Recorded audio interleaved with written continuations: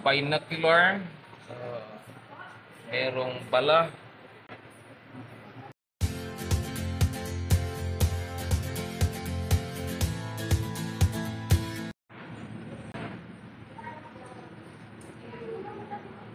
Meron pang live ammunition mga ka-idol.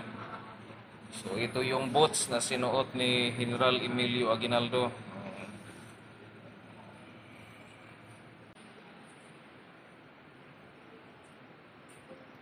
Nanyo dito mga ka-idol. Ito makikita natin.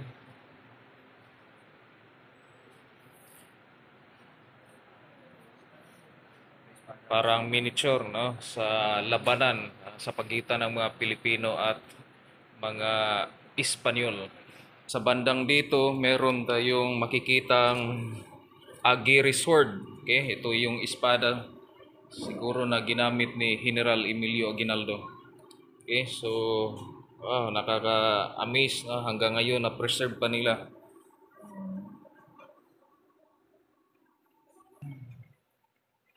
So ito yung ilog at tulay sa bayan ng Bacoor.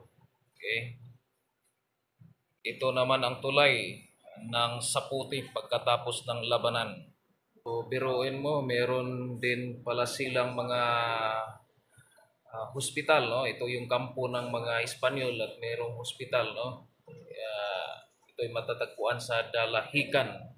So tingnan nyo dito mga ka-idol, no? So ito yung taguan ng ating mga puwersang Pilipino sa Saputi. So dito mga ka-idol, makikita natin ang iba't ibang lugar, no? Sa panahon ng digmaan, sa panahon ni Emilio Aguinaldo. So ito ang himpilan ng Espanyol sa Dalahican. Ito naman, yung pagkasira ng kwartel sa Novelita.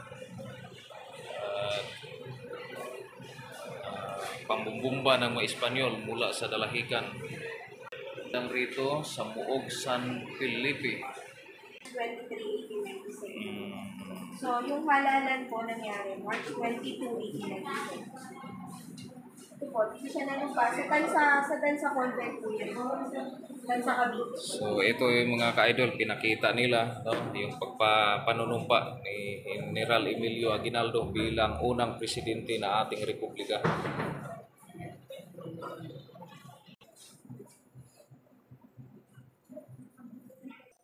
So ito mga ka-idol, meron na itong tinatawag na bomb shelter. Dati daw ito ay isang parang balon, at ginawang bomb shelter.